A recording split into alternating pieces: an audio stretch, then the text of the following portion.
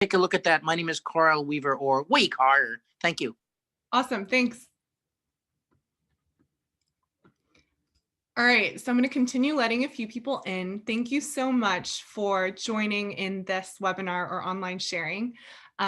Since you are already at the event, you probably know who we are, but to do a brief introduction, my name is Ying Liu, and I am one of two co-hosts and founders of TechBuzz China. We started in 2018 as a podcast. The main inspiration was to take a look at what was happening or how Western media was reporting on China tech and kind of fill in the cultural context and a lot of the gaps that we saw. So it's purely been a passion project that we've started devoting more and more time to, especially during the pandemic.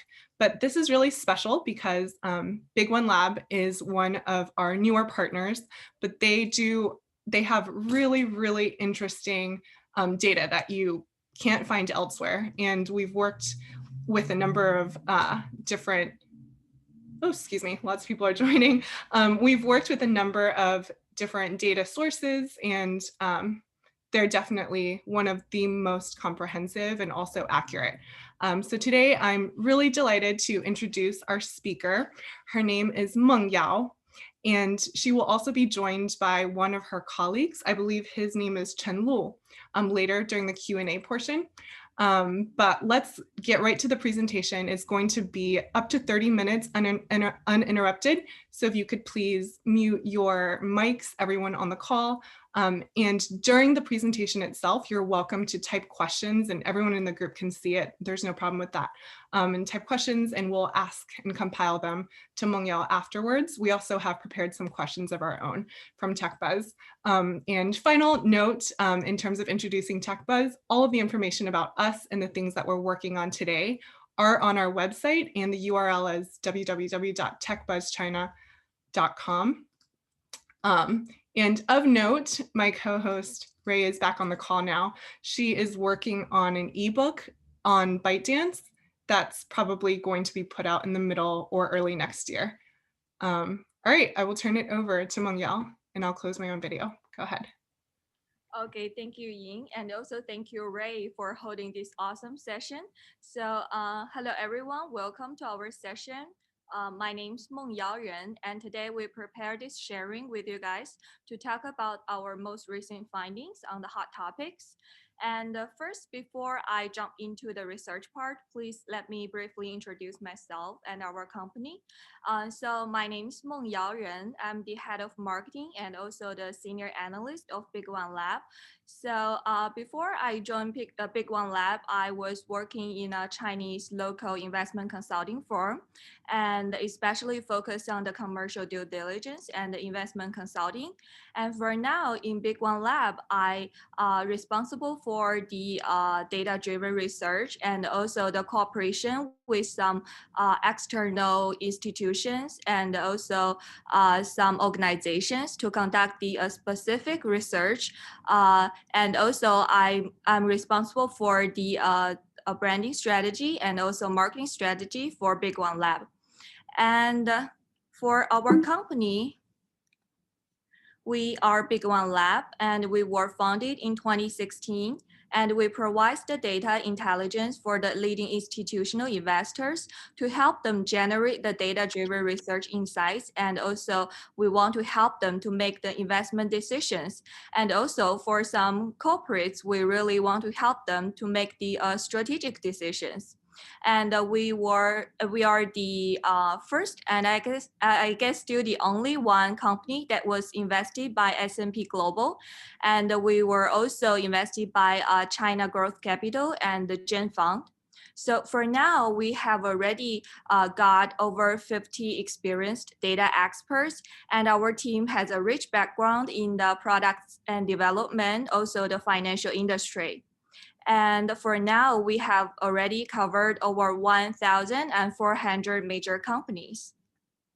So because we are dealing with data, so we were already connected with most of the high value data sources, including 7 data sources in use for now, like for example, the geolocation, like the mobile carrier, or like the web page mini program, or like the commercial vehicle data.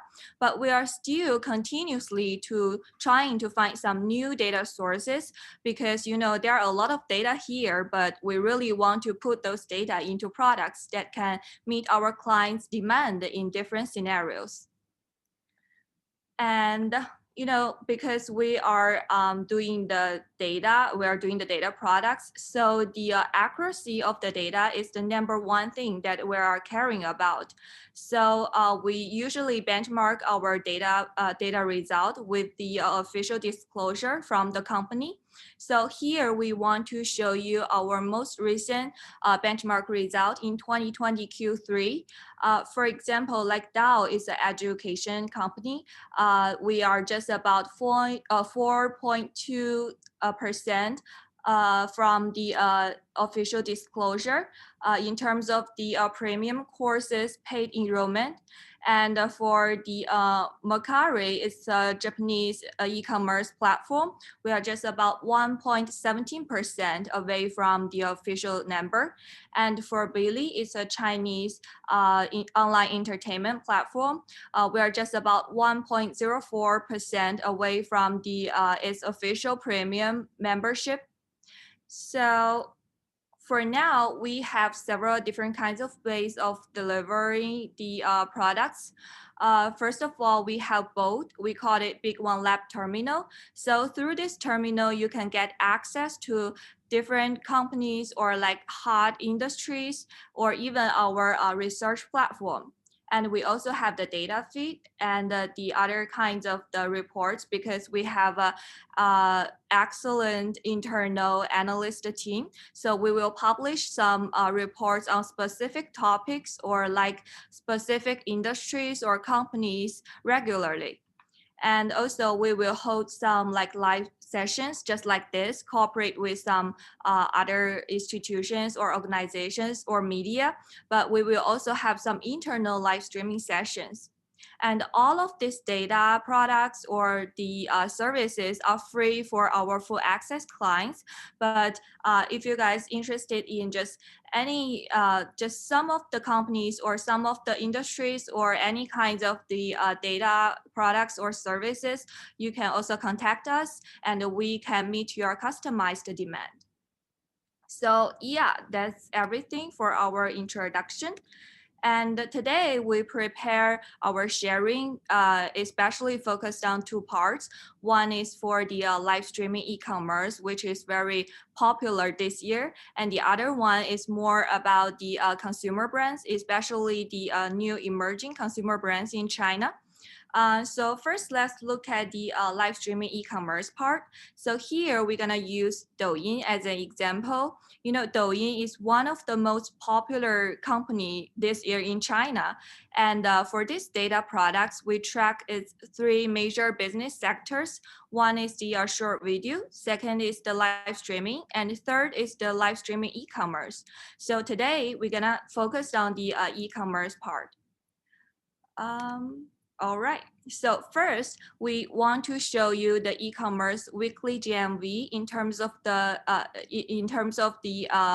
by-week data.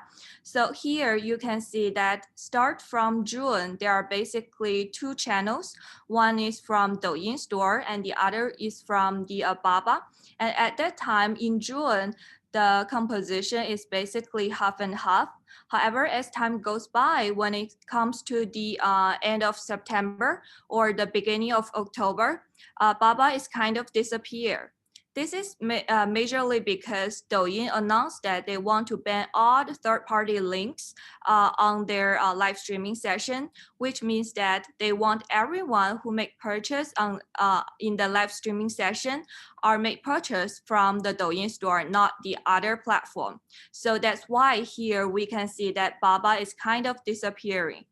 And we also find that when you look at the weekly GMV from Douyin store, there is a significant decrease in the week of October 4th, which is possibly because people's wallet share turned into the travel in the national holiday, the Golden Week.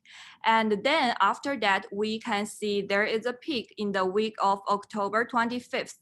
When the Double 11 pre-sale is just began, we call it a Chinese shopping festival, 双十一购物节. And here we want to show you the percentage of the e-commerce hosts who are using Douyin store and also who are using Baba. So here we can see that, as we mentioned before, Douyin announced that they want to ban all the third-party links. And here on this graph, we can see that, since late August, Douyin speeded up its closed-loop e-commerce process. And also we observed that there is a continuous increase of the percentage of e-commerce hosts who are using the Douyin store since late August. And conversely, we also see the percentage of e-commerce hosts who are using Baba dropped significantly in the same period. And also we find that since the first week of October, almost all the e-commerce hosts that used to promote goods through Baba have already transferred to Douyin store as the sales channel. And we mentioned before, we track three major business sectors of Douyin. First is short video, second is live streaming, and also the live streaming e-commerce. So here we want to first show you the daily active host versus the daily active e-commerce host. So when we look at the daily active host, we can see the number has a decreasing trend, but when we look at the daily active e-commerce host, the number is comparatively stable.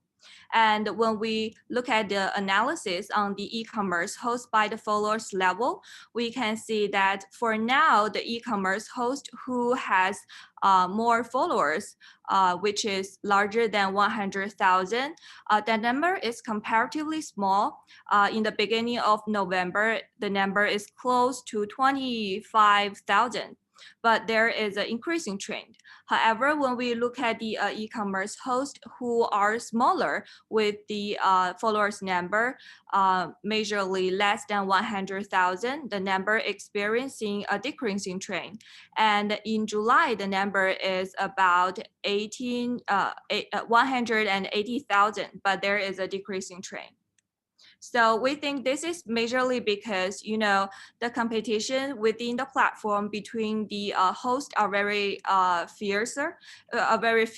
So it crowding out the weaker host who has less followers number. And here on this slide, actually similar story at what we just discussed. So here on the left-hand side, when you look at the e-commerce participation ratio of the top host, you can see the bigger host who has followers number larger than 5 million. The participation ratio is the highest, which is close to 94 or 95% in October. But when we look at the smaller host who has the followers number among 100,000 to 500,000, the participation ratio is actually smaller, which is between 80% to 84%. And also on the right-hand side, when you look at the average weekly session of e-commerce live streaming, same story. The larger host who owns the followers number larger than 5 million, they are participate in more weekly sessions than the smaller host. So we think this is actually very reasonable because, because of the attributes of Douyin, everyone want to follow the like large KOL or like they want to follow the pop star. So that's why people are buying more things or more items from their live streaming session. And we also want to compare Douyin store versus more traditional e-commerce platform Tmall. So here we want to compare Douyin store versus Tmall. So here the data of Tmall includes the GMV from Tmall and also the GMV from Tmall live streaming, but not Taobao live streaming.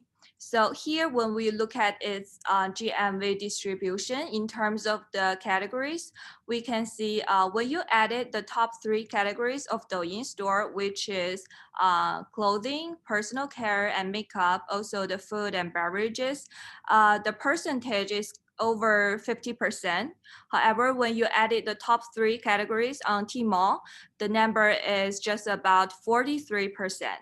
And when we look at the categories distribution, the categories on Douyin, like the clothing or like the food and beverages or personal care or makeup or like jewelries, these kinds of categories are more easy to show on the platform, and there are low unit price and also consumable, which is very different from Tmall's category.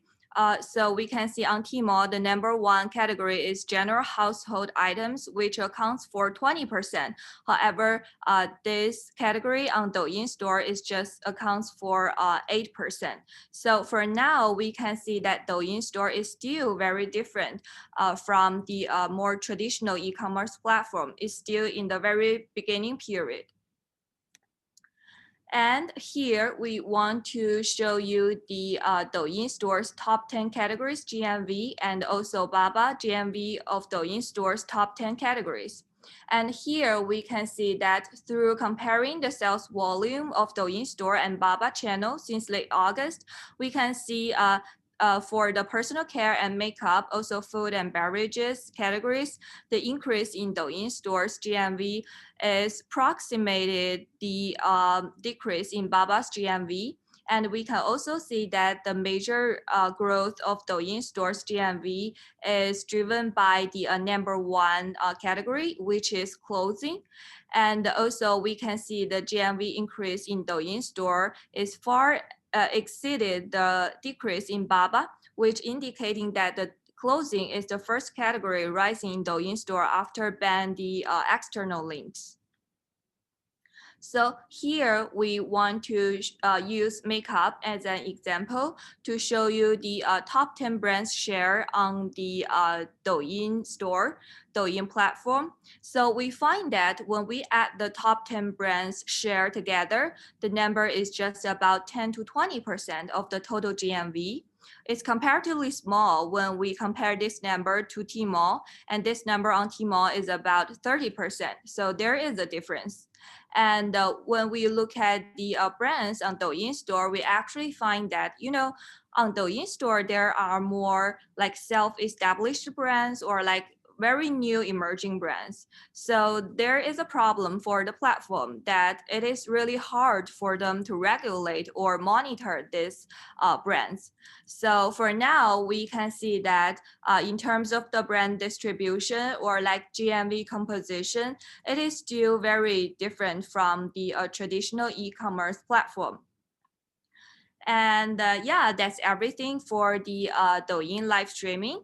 And then we're gonna go to the consumption part. So here we will use 2 segments. One is the makeup and the other one is the leisure drink as an example to show you our analysis. Here we want to show you one of our methodology that we applied in the e-commerce segment. So here we show you the top 10 and top 50 brands in terms of GMV among all the categories sold on Tmall and also Jingdong. And here we really want to find the those segments that has the medium range of the concentration rate, because these segments are not like those segments that has very high concentration ratio, which is the segments are very competitive, and it is really hard for the new emerging brands to enter the market and to grow. And also it's not like those segments who has the lower concentration ratio. That is also very hard for the new brands or the existing traditional brands to consolidate the market, because the market is so fragmented. And here we're gonna use makeup and leisure drinks as 2 examples to show you our analysis. So first, let's look at the makeup. Here, we want to show you the GMV and also sort by the price range of the top 100 makeup brands. We also put them into different price brackets. And here we can see that there are three price ranges. One is the lower one, which is 0 to 100 RMB, and the medium range, which is 100 RMB to 200 RMB, and also the higher price range, which is over 200 RMB. So here, when we look at the lower price range, which is 0 to 100 RMB, we can see that Perfect Dairy is actually the #1 player among this price range. And when we look at the medium price range, we can see that Huaxizi Florists is the top player. And also when we compare these two price ranges, we can see that the competition between the lower price range is much more fiercer. Here we want to show you the market share change of the major brands in the lower and also the medium price range. So when we look at the price bracket of 100 and 200, we can see there is a apparent market share increase in the past year. And also the #1 player, as we mentioned before, Florists, it just kept gaining market share in the recent half year. And when we look at the lower price range, which is 0 to 100 RMB, we can see there is a slightly share increase. And also, as we mentioned, the #1 player, Perfect Dairy, it showed a share decline on Tmall in recent months. However, its acquired brand, which is Little Odin, it showed apparent share increase after the acquisition in April 2020. Here we want to compare the Chinese brands versus the foreign brands in terms of the market share. So we can see that those top Chinese brands, especially like the Perfect Dairy and Florists, they just kept gaining the shares since the second half year of 2019. However, when we look at the top foreign brands, we can see the market share is just comparatively stable. And for those top Chinese brands, as we mentioned before, the Perfect Dairy is show the market share decline after the COVID-19. However, the Florists, Huaxizi, the market share is apparently still kept gaining the share and still increase. And another thing that we look at when we do the analysis in the e-commerce part, we will look at its new products launch strategy. So here we want to compare the Chinese brand versus the foreign brands. And we can see that those top Chinese brands, especially like the Perfect Dairy and Florists, it showed a high frequency of launching new products, which is the red line here on the graph. And when we look at the blue here, which is the foreign brands, we can see their strategy of releasing new products are not that aggressive.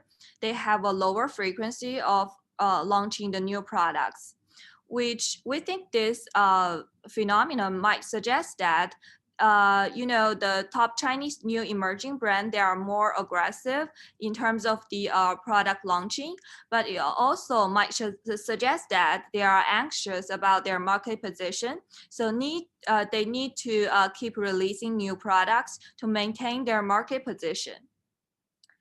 And next, we're gonna talk about the leisure drinks. And here we basically apply the similar methodology to analyze this sector. First, we put them into three brackets, 0 to 50, which is the low price bracket, and also the medium price range, 50 to 100 RMB. Also, the higher price range, which is over 100 RMB. And when we look at these three price range, we can see that among the low price range, Non-Fu Spring and also the Coca-Cola are the top players. And when we look at the medium price range, Genki Forest is a Chinese new local emerging brand, is the #1 player. And when we look at the price range over 100 RMB, Red Bull is the #1 player. And when we look at the market share change of the lower price range and medium price range, we will find that the price bracket of 50 to 100, there is a apparent market share increase since December 2019. And when we look at the graph, we can see that it's mainly driven by the new emerging brand, Genki Forest. And when we look at the lower price range, which is 0 to 50, we can see that the market share declined during the COVID-19, especially when we look at the more traditional brands like the Known for Spring and Master Kong. And here we think this is mainly because, today people really want to stay healthy. So they do more exercises or they are getting more healthy diet. So now today, Genki Forest is delivering a message that their products are very healthy. So they have a slogan of sugar-free and zero calorie. So people really buy in their ideas and their brand message. Also, when we compare the new and also the traditional brands market share, we can see that similar thing, the Genki Forest is stood out among the new brands in terms of the GMV market share, and also the GMV ranking. And also Miko is owned by Xiangpiaopiao Food Company. It performed also very well in terms of the GMV ranking. But when we look at the Known for Spring or Master Kong, these kinds of traditional brands, we can see their market share is actually declining. But their GMV ranking is very stable because the scale of GMV is comparatively large. Also, when we look at the new product launch strategy, basically, it's a very different story from what we just discussed in the makeup segment. We can see that here, the traditional brands in the category, they launched new products more frequently. However, as we mentioned, their market share is still decreased. However, when we look at the new brands, especially like the Genki Forest, it just kept gaining the market share, even though their frequency of launching new products is comparatively low. So we think this is again because they are sending out a message that they are very healthy, they are sugar-free, or they have zero calorie, so that people are buying their message, buying their products. So yeah, that's basically everything for our sharing today. So if you guys are interested in our company or our research or products, you can just scan the QR code here to connect with us, or you guys can send us an email with your questions or or different kinds of things you want to get to know about us. And yeah, that's everything for the sharing. And if you guys have any questions, feel free to ask. And here we have our one of our colleagues. She is the analyst in the consumer segment. So yeah. Awesome. Thank you so much, Mengyao, for the presentation. We're going to jump right into Q&A. So a couple of you guys typed up your questions in the chat. I'm going to start by asking Jenny to go ahead and unmute yourself and ask your question directly. Sure, thank you. Appreciate that presentation. That was really awesome. Do you happen to know what the customer profile looks like for Tmall as well as for Douyin and how they differ? So for Tmall, the average selling price for the customer is a little bit higher than Douyin. Like Tmall, and also for the gender, they are similar, more female users. And as for the city tier for different users, Tmall has more higher city tiers than Douyin. Yeah, that's what we found at present time. Yes. So apart from the the web scraping data, we also have some other services like the customer service. So we are able to analyze the profile of the customers, like their behaviors or like their city tier distribution, all these kinds of information. really good to know. Thank you. All right, next we have a question actually from Ray. She says, you offered a snapshot of the Douyin e-commerce live streaming breakdown. I know that you as BigOne Labs have been tracking it since, or BigOne Lab, excuse me, have been tracking it since the very beginning. Has there been any change in the category distribution? So for now, we can see that the clothing, for example, this category on Tmall is about 30%. But when we look at the historical data, we can find that maybe in the past 1 or 2 years, this percentage is about 60%.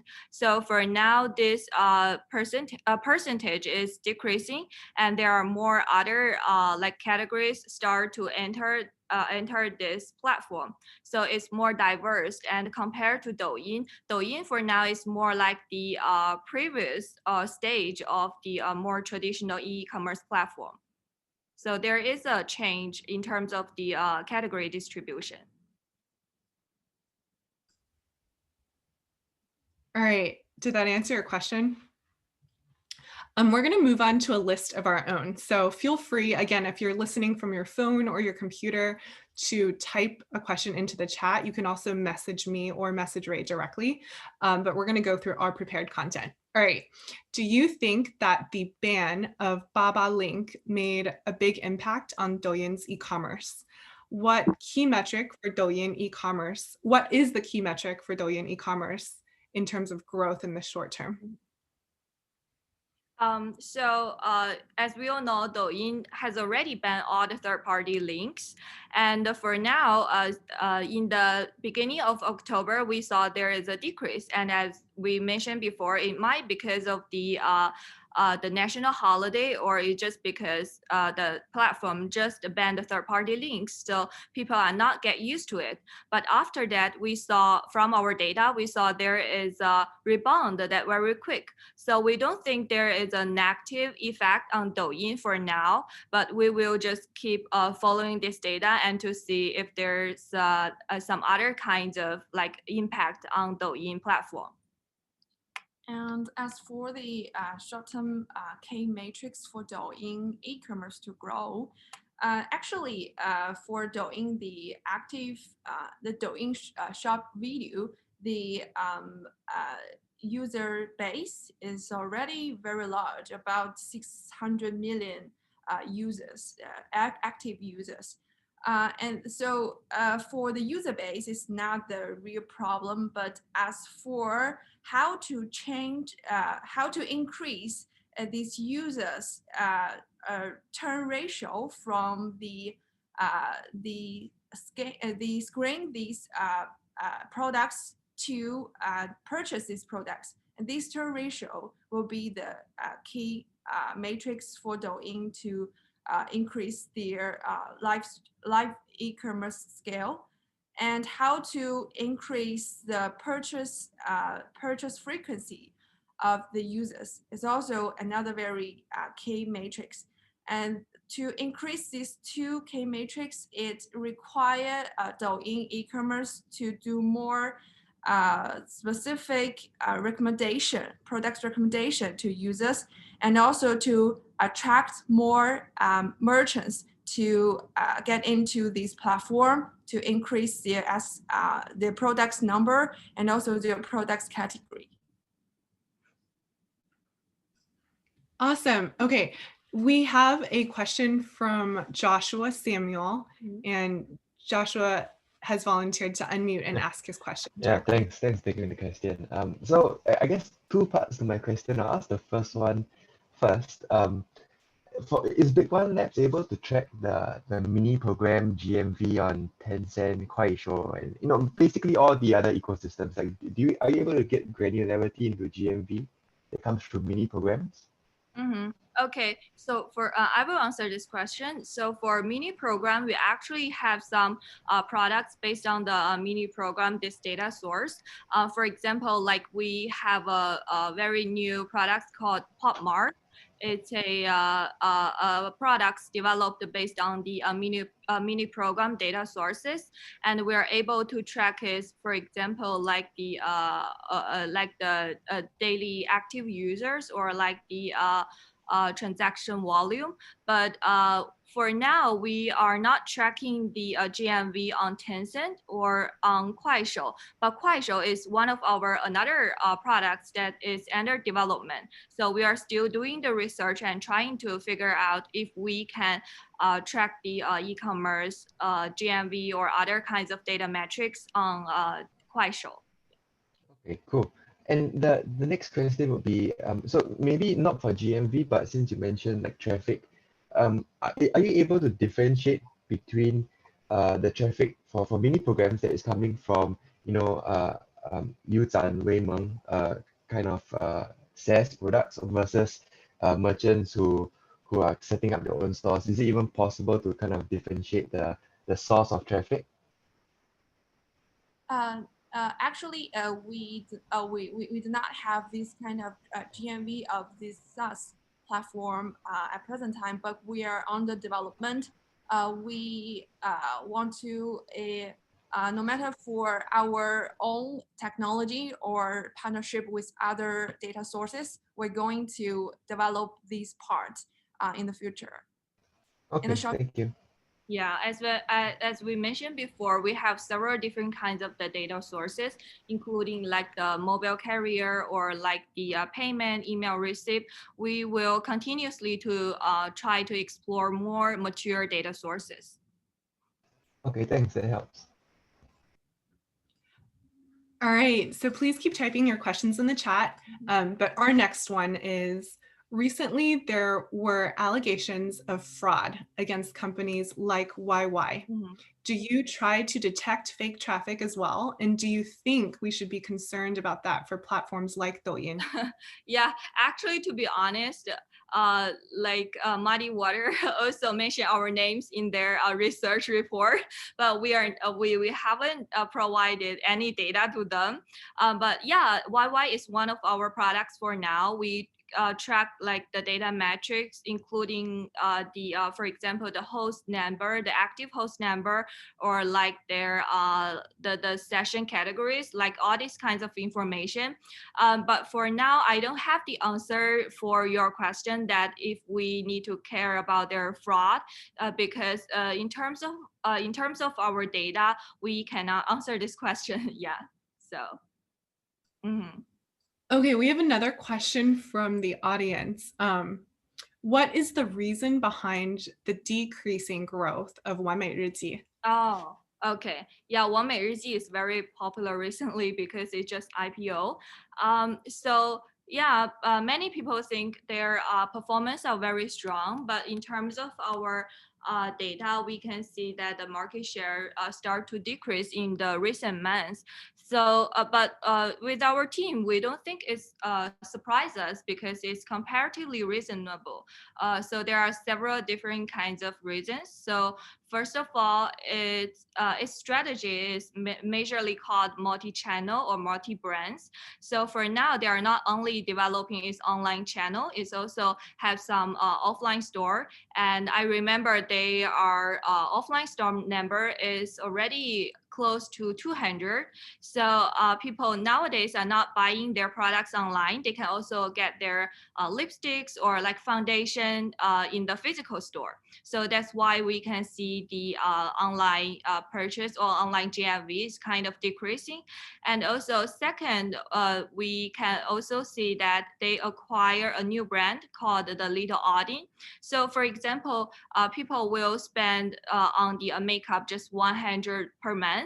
So I spend, for example, like 20 RMB on Little Audin, then I will spend less money on the Perfect Diary. But yeah, this is also one of the impact of its acquired brand. And also lastly, as I mentioned before, we will conduct some like customer survey. So based on our survey, we can see that, the people think in terms of the product quality or the price, Perfect Diary are similar to Floris's 花西子, but when we compare their like product packaging or like their for example, like the name of the products, Huaxizi is actually are more attractive than the Perfect Dairy, because Huaxizi is a brand that brings a lot of Chinese elements. For example, its name is actually comes from a Chinese poetry. So in terms of this part, Floresis is much more attractive than the Perfect Dairy. And also, you know, in the makeup segment,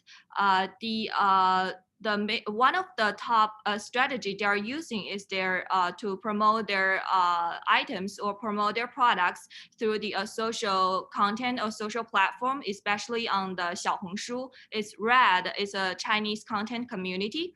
So in the beginning, there is only number one player, which is Perfect Dairy in this segment. But after that, brands like Floresis or like Color Key or like Haddon, this kinds of new emerging Chinese brand, they also adopt the same marketing strategy on the social content platform. So that's why they are actually taking the traffics from Perfect Dairy. So that's why we think it's not surprised us that the data is not as strong as before, but we think it's very reasonable. Yes, and I also want to add one more thing. So the strategy of Perfect Dairy, we conclude is about multi-brand, multi-channel, and also multi-category. So the company of Perfect Dairy, the YSG, which is also a listed company recently, it also launched the products on facial skincare, Abby's Choice. And also it acquired a more higher end brand named Gelenic from France. So the strategy of the company of Perfect Dairy is not just a Perfect Dairy, this brand. So for makeup, the threshold of makeup is a little bit low.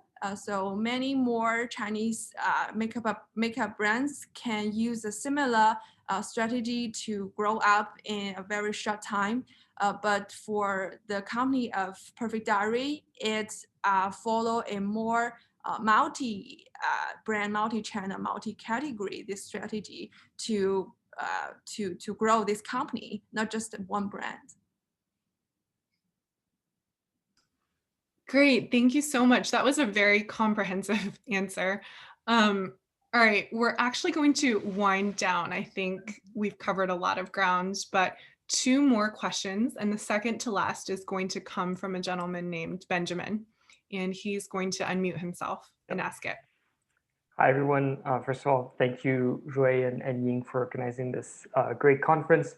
And thank you, Mengyao, for the insights. I arrived a little bit late, so not sure if you've covered this fully already, but would like to ask a little bit about trends you see in terms of private data pools. And in particular, if you have data around what percentage of e-commerce sales now are come from private data pools. So those would be, for example, brands, websites, or apps. And also would be interested in seeing what percentage of sales now come from WeChat mini programs. And any trends that you see there, how is this likely to evolve in the next 3 to 5 years? And how might that be different, for example, by product category? So with a particular interest on Sensi or consumer electronics. And if you see any difference in terms of brands, in particular foreign versus domestic. So thank you.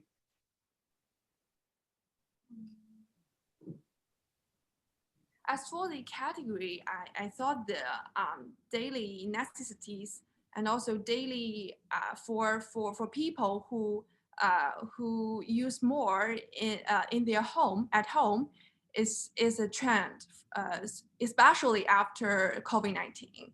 So like the instant food, and also for the makeup, and also for some sports and health, especially at home. To use at home is the trend we observe from our data on Tmall and also on JD. And for the 3C, this category is at a little bit mature stage now. And as you can see as also showed by our data on Jingdong, this platform, the 3C proportion of 3C is decreasing, while the other, like the daily necessities, the proportion of these daily necessities GMV is increasing. So this is our observation on the category change in nowadays China. Great. Also, do you want to continue, or you're done answering? Yeah, this is okay. And just to clarify too, what you mean by private traffic is 私域流量, right? So private domain traffic. Yeah. Okay. Yep. So our last question is coming from someone who can't unmute him or herself, but the question is, are you able to provide some insight into the infant formula category? Are domestic brands gaining popularity over international brands? What sorts of platforms and channels are instant formula companies using? So specifically that product. Have we looked into these categories before?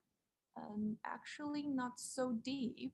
I think we do have the data, right? Yeah, we do have the Yeah, data. I think we do have the data for this category, but for now, we don't have the answer for this question. But if you are interested in this, we can pull out this data for you and then to see if there's any difference between the international or domestic brands. And we can send it to you after this session. Great. Okay. First, could you share your contact information slide again? Because I think everyone wants to email you. Yeah. All right. Yeah. So, you guys have any questions? Oh, sorry. Oh, go Feel ahead. free to email us. Yeah. I just wanted to read out the email out loud in case people are on the phone. So it's more, literally the word MORE @bigonelab.com. And actually, one final question. We're going to definitely close on this. Which consumer categories are foreign brands losing in China? Foreign brands losing. Overall, not just the ones we looked at today. Okay, so let's look at winning and losing, and then we'll end on that general note. Yeah, for today, we show the leisure drinks. Based on our data, it's actually the international brands is losing its market share. And like the Genki Forest, those new emerging brands is taking shares. And for the makeup, actually, like similar story. Yeah, similar story. And so for like, as you can see in this picture, the MAC, which belong to the Estee Lauder group, this brand who products the lips, it showed decreasing market share trend, while the market share trend more acquired by the Perfect Diary, which also has very good products on lips. And also based on this question, I also want to say that, you know, we find it's very interesting that people today are buying more and more Chinese local emerging brands products because so maybe last year or 1 or 2 years before, people don't want to buy, for example, I don't want to buy a makeup that is made within China or is from a Chinese brand because I don't know about the brand. I'm curious about is like products quality or like other something else. But today, people really are getting more and more used to it, and people are interested in those new brands. So they want to try new goods, and this is also another trend that we find in terms of our data. It's very interesting. All right, great. Well, if there's no further questions, you guys have the contact for everyone at BigOne Lab. And thank you again so much. We are probably going to, like I said, put this recording up on YouTube for a short 7 days. And that's going to include the presentation, the visual presentation you saw. And other than that, we'll pull out audio and keep the audio online forever. Thank you again. Yeah, they had to kind of get up early in China to do this too, or prep before. Thank you, everyone. Bye. Thank you. Bye-bye. Thank you.